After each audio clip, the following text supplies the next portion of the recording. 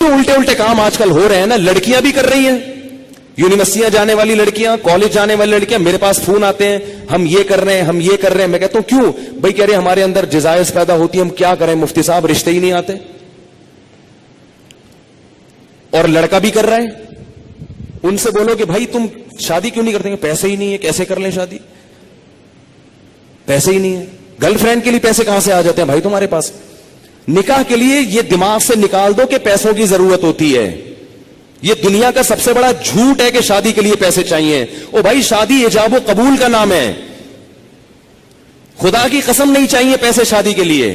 اگر شادی کے لیے پیسے چاہیے ہوتے تو اللہ قرآن میں نکاح کا حکم دینے کے بعد غریب اور فقیر کو الگ سے ترغیب نہ دیتا.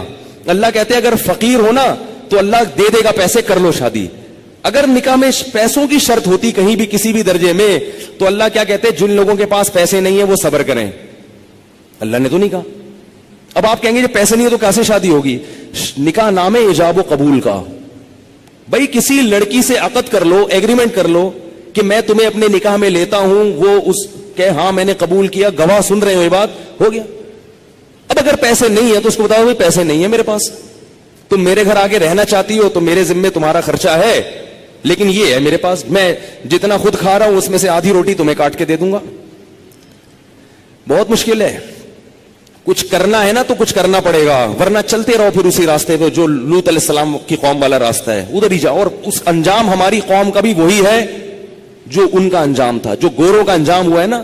گورے کو یہ سمجھانا بڑا مشکل ہے کہ لڑکوں سے بدفعلی غلط کیوں ہے. کیوں مشکل ہے؟ اس لیے کہ وہ نکاح سے دور بھاگ بھاگ کے لڑکوں کے اتنے عادی ہو چکے ہیں کہ اب وہ کہہ رہے ہیں یہ مولوی پاگل ہیں, ان کو پتہ نہیں کیسی باتیں کر رہے ہیں. یہ گند میں جب ایک دفعہ پڑ گئے نا, پھر نکاح کے لیے پیسے ہوں گے تو بھی شادی نہیں کرو گے. یہ گند میں پڑنے سے پہلے کی باتیں ہیں ساری. پاکیزہ زندگی گزارو اللہ کے بندو. نکاح کرنا پیغمبروں کی سنت ہے, اور نکاح کے علاوہ راستہ اختیار کرنا یہ جہنمیوں کا طریقہ ہے, یہ پیغمبروں کا طریقہ نہیں ہے. موسیٰ علیہ السلام کے پاس کتنے پیسے تھے تو انہوں نے شادی کر لی تھی؟ کچھ بھی تو نہیں تھا. لڑکی کے باپ نے کہا 10 سال بکریاں چراؤ گے؟ انہوں نے کہا قبول ہے, چراؤں گا. انہوں نے کہا شادی تو ہو, چلو 10 سال بکریاں چلائیں گے, شادی تو ہو. ہمارے نبی کے پاس کتنے پیسے تھے جو انہوں نے 9 بیویاں رکھی ہیں, 11 شادیاں کی ہیں. ہمارے نبی کے پاس تو کچھ بھی نہیں تھا. بخاری میں حدیث ہے کہ ایک شخص آیا, لوہے کی ایک انگوٹھی نہیں ہے, نبی نے اس کا بھی نکاح کرایا, ان کی بھی شادی کرائی.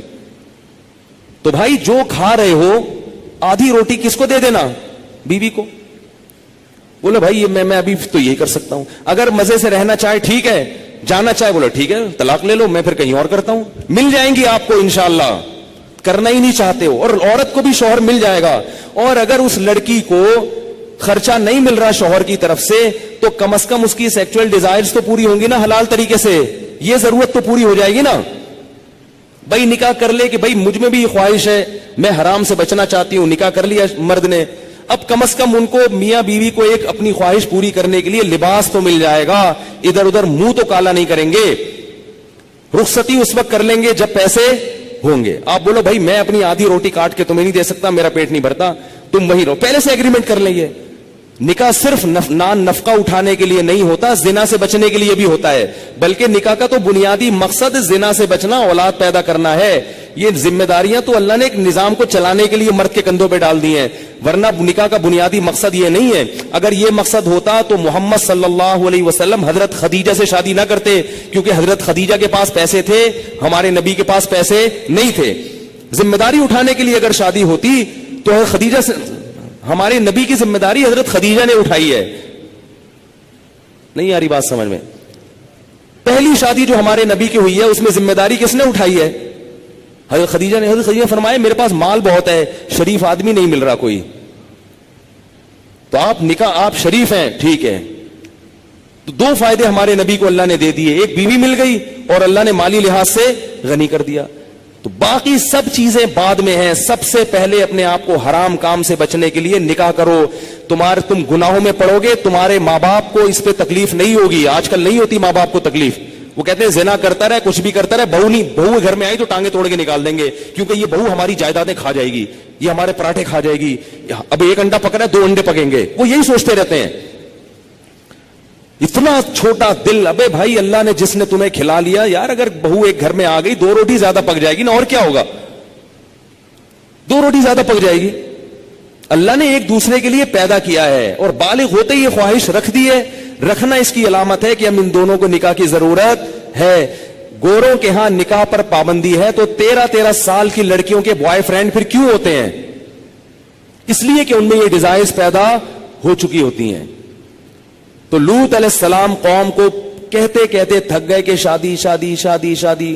وہ یہ نہیں کہہ رہے کہ میں نے خانقاہ کھولی, اس میں مراقبہ کرواؤں گا, تمہیں محاسبہ کرواؤں گا, چلہ کرواؤں گا, اور پھر بزرگوں کے بیانات سنو گے تو تمہارے دل سے یہ نفرت نکل جائے گی.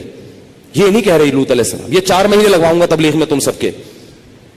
ایسا آدمی 4 مہینے کے لیے نکلے گا نا, وہاں لوگوں کو خراب کر دے گا. یہ جو شہوت پرست آدمی ہے نا, جس کو حلال خواہش پوری نہیں ہو رہی, یہ تبلیغ کا ماحول جا کے کیا کرے گا؟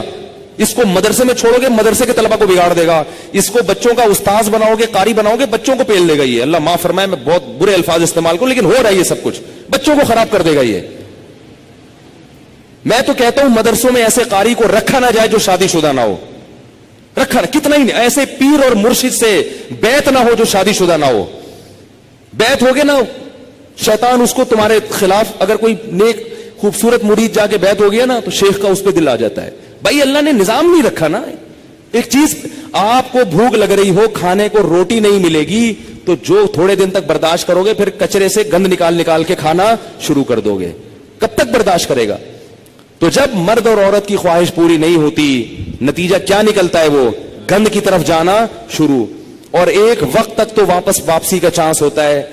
کچھ وقت کے بعد پھر پیسے آ جائیں گے نا, کروڑوں روپے بھی, پھر بھی واپسی کا چانس. تبھی نکاح کے بعد بھی گندگی میں پڑے رہتے ہیں ایسے لوگ. دیر سے جن کی شادیاں ہوتی ہیں نا, شادی کر کے بھی گناہ نہیں چھوڑتے وہ. تو لوط علیہ السلام نے کیا کہا اپنی قوم کو کہ یہ عورتوں سے نکاح کیوں نہیں کر رہے؟ قوم جواب میں کہہ رہی ہے, ما لنا فی بناتک من حق, ہمیں عورت سے نکاح میں دلچسپی ختم نہیں ہے. اس سے پتا چلا کہ گناہوں میں جب پڑو گے تو حلال کی لذت, بولو نا, ختم ہو جائے گی, ختم ہو جائے گی. اور یہی ہو رہا ہے ہمارے معاشرے. بیویاں گھر میں بیٹھی ہوئی ہیں اور منہ کالے ہو رہے ہیں باہر جا کے. عورتوں کے اپنی زوجاؤں کو وقت ہی نہیں دیتے, محبت ہی ختم ہو گئی, کیونکہ اتنی گرل فرینڈ ہیں اسے منہ کالے کرا لی ہیں, اتنی عورتوں سے منہ کالا کرنے کی عادت پڑ چکی ہے, شادی سے پہلے پڑ چکی ہوتی ہے. آج کل جو شادی کے بعد کیسز آ رہے ہیں نا, وہ پتہ ہے کیا آ رہے ہیں؟ شادی ہوئی تو پتا چلا میرے میاں کی اتنی پہلے سے فرینڈز ہیں, اب چند دن تو بیوی کی طرف رغبت تھی, اس کے بعد وہ پرانی والی فرینڈز وہی شروع ہو گئے. عورت پہ کیا گزرتی ہے؟ عورت سب کچھ برداشت کر لیتی ہے, مگر مرد کی بد کرداری عورت سے برداشت نہیں ہوتی. اس کو یہی نہیں پتا کہ کل کس عورت کے ساتھ دوستی لگائے گا, پرسوں کی. گھر تو ایسے گھر تھوڑی چل سکتا ہے. ایک عورت کی کال ہوتی نا جو ایسے اپنے غم بتاتی ہے, تو میں آپ کو بتاتا, درجنوں عورتیں ہیں.